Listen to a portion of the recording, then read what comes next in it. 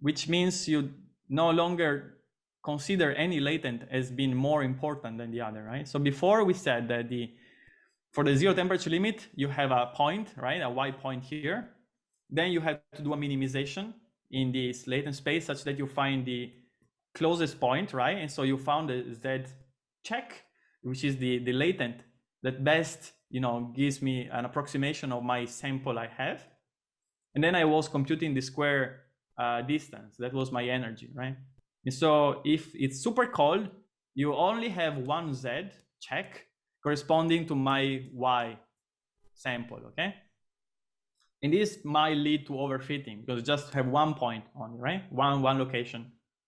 Then if you increase the temperature, you no longer consider one z check. You now have a multitude of z checks, right? And their relevance, their contribution to the free energy depends again on this square distance, right? How does it depend? Well, their contribution is proportional to the exponential of the minus beta energy, right? So the smaller the energy, the larger the contribution, right? The closest they are, the more important they are, right? Up to the limit where if you have super cold, just 1 point takes, you have 1-to-1 point. Instead, if you warm up the system, you're gonna have multiple latent corresponding to this point here, possibly fighting overfitting, okay? Okay, this is important.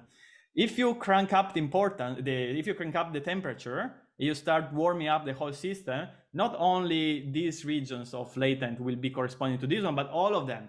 And so basically you're gonna be killing out all your latent. So there are no more latents, you just kill your system, okay? So, and you end up in a plain, boring MSC, but yeah, then you don't have latent anymore, okay? So don't kill your latent, don't warm too much your system, okay? They cannot survive, it's too hot.